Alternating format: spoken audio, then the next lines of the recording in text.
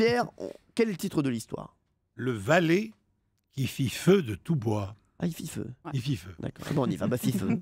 Fit feu.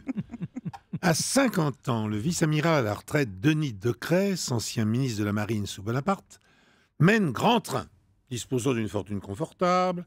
Il est de toutes les fêtes, dépense sans compter pour ses excès. Sa vie mondaine et son goût ostentatoire pour le luxe attisent les convoitises et en premier lieu celle de son valet.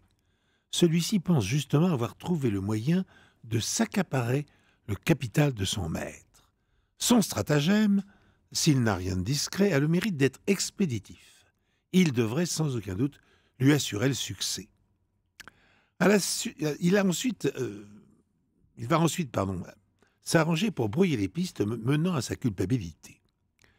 Le 22 novembre 1820, le valet profite d'une absence de l'amiral parti assister à une représentation au Théâtre Français pour installer sous son matelas, dans la chambre de son appartement parisien, une bombe qu'il a lui-même confectionnée.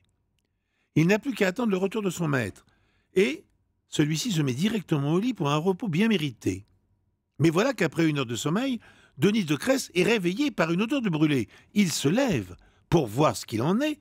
2 explosions successives retentissent dans le quartier. Le domestique sort alors de sa réserve et vient constater les résultats de son méfait.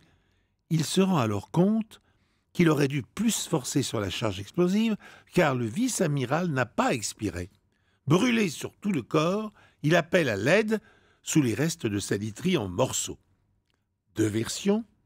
Devant cette vision d'horreur, le valet panique, il saute par la fenêtre de la chambre et se tue.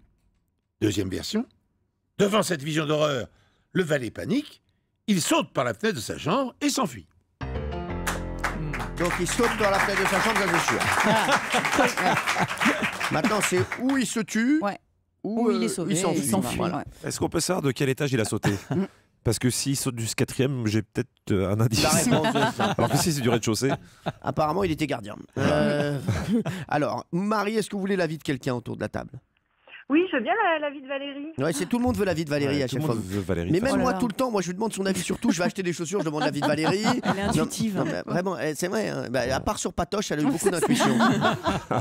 Oui, alors, je dirais qu'il meurt. D'accord. Qu'il se tue, bah oui. Parce que vous sentez un Bellemare plutôt aujourd'hui dans l'ambiance festive. Hein. Oui, c'est ça. Oui. C'est ça. Il a envie, il a besoin d'un mort. Voilà. Comme l'autre n'est pas mort, il en faut un autre et ça va être celui qui avait mis la bombe. Alors, Marie. Moi, je me serais peut-être dit qu'il se sauve pour qu'il y ait une suite à l'histoire. Moi, j'aurais dit moi, j'aurais dit que ce comme soit Valérie. immoral. Ouais. J'aurais dit comme Valérie, moi. J'aurais dit qu'il passait l'arme à gauche. Alors, Marie, restez sur votre position, hein, Marie, je pense. Hein. Après, vous allez regretter. Donc, vous dites... je vais rester là-dessus, alors on va voir. Il s'enfuit. Alors, Pierre Bellemare. Il s'enfuit, allez. Pierre. Mais je vais vous le dire, écoutez, excusez-moi, je marque un suspense. Je l'adore. Vous avez dit donc qu'il se sauvait, madame. Oui. Eh bien, vous auriez dû prendre Benaïm, car il se tue. Oh mince. Oh là là.